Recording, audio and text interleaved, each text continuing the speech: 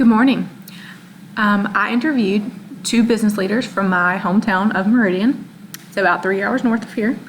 I figured it would be different than everybody doing one from Harrison County or Pascagoula or Ocean Springs.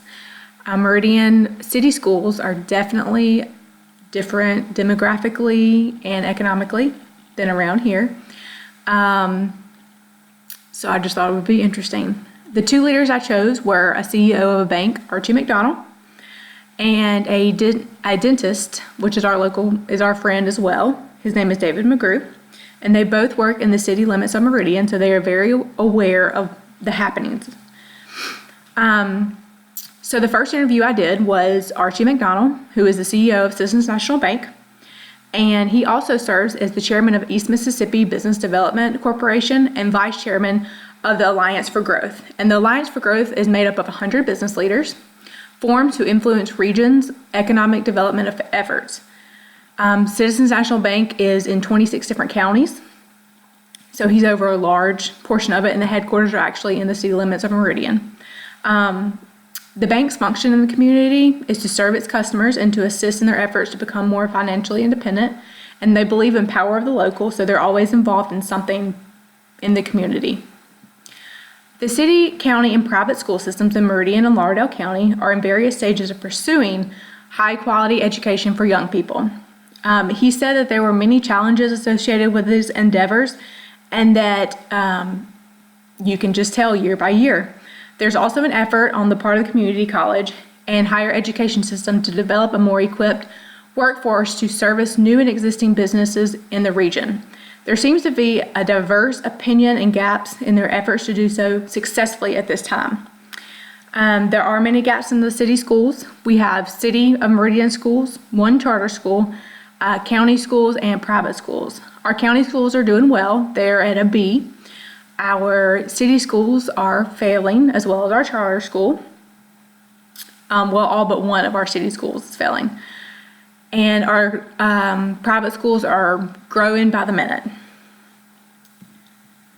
He says that while schools do seem to have various visions and missions, they don't all fit together and serve their young people correctly in their efforts to prepare them for the business world.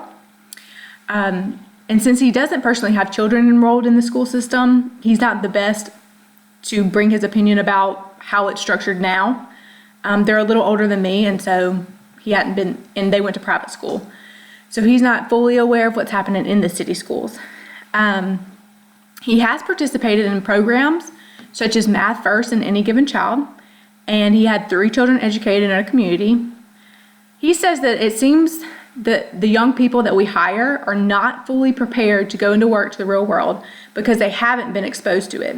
There should be much more involved partnership between business and education, and there is much more we can do to prepare children for work.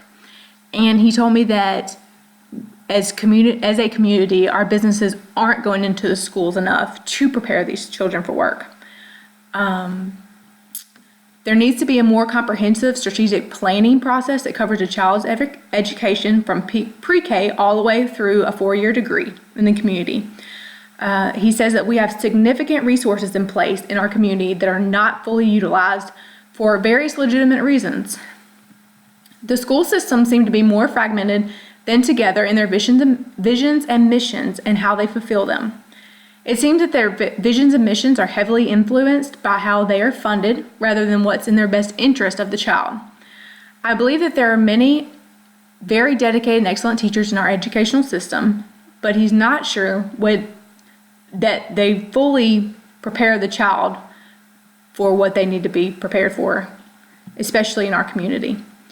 With respect to improving the educational preparation of our children, he says that it begins with those at the top who need to make structural changes in the way that the children are taught and what they are taught that prepares them for the workplace. He believes that this will require parent involvement. It's lacking in our community, and there's just so much governmental and bureaucratic oversight to work through that it will be difficult to bring about these changes. The educational system is very slow to change, unlike the business world we live in today. The local newspaper in Meridian, he says, does very well at informing the community of the happenings. And although that he does not currently have children in the school system, it seems that our schools are failing and there needs to be a change. I also interviewed Dr. David McGrew, who is a dentist and a family friend.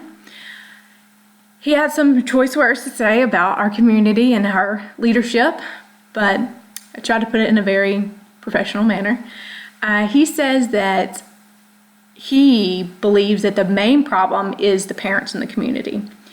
Lauderdale County, like I said before, is in good shape and meeting the educational needs of the students. The Meridian Public Schools are in fair shape and provide many barriers to providing quality education. Many of the parents in the MPSD program are not involved in their child's education. There is no discipline. The city is afraid to host anything at the schools due to all the violence. Both districts have respectable and educated leaders, and leadership is not the problem, in his opinion. There are too many gangs, discipline problems, and children who do not take pride in their education. He believes that the school districts have knowledgeable and good faith people in charge of the city and the other districts. Both districts provide a vision that is known to the public, but until the parents take control of their children and their educational goals, there will be no change. And he is 100% correct. I know that my mother has friends that are teachers at the school, and they have to sit some of the kids to the side and they just let them sleep so that she can teach the ones who actually want to learn. And it's a sad story. Let's see. They provide a vision, but Meridian Public School is still an F rating, and if the parents don't get involved in them, it will continue to hold an F rating. Each school has several types of PTO members. He feels that parents who act upon the child's education and responsibility for their outcomes should partake in these meetings and have an overall say in what the changes that are made to the school. He and his wife attend sporting events, PTO meetings, fundraisers throughout the year, so they are very involved. The community is very involved when they are asked to help in the classroom. They have programs to support reading with the class and struggling students. There are mentor type programs such as Big Brothers and Big Sisters of Meridian.